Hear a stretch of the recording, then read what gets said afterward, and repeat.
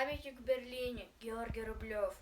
Это было в мае, на рассвете. Нарастал у стен Рейхстага бой. Девочку немецкую заметил наш солдат на пыльной мостовой. У столба дрожа она стояла, в голубых глазах застыл испуг. И куски свистящего металла смерть и муки сеяли вокруг. Тут он вспомнил, как, прощаясь летом, он свою дочурку целовал. Может быть, отец девчонки этой дочь его родную расстрелял. Но тогда и в Берлине полз боец и телом заслоня.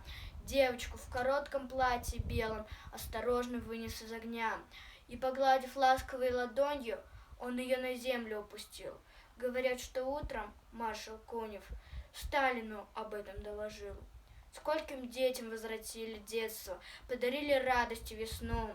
Рядовые армии советской, люди, победившие войну.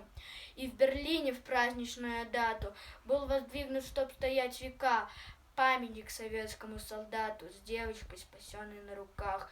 Он стоит как символ нашей славы, как маяк, светящийся во мгле. Это он, солдат моей державы, охраняет мир на всей земле. 9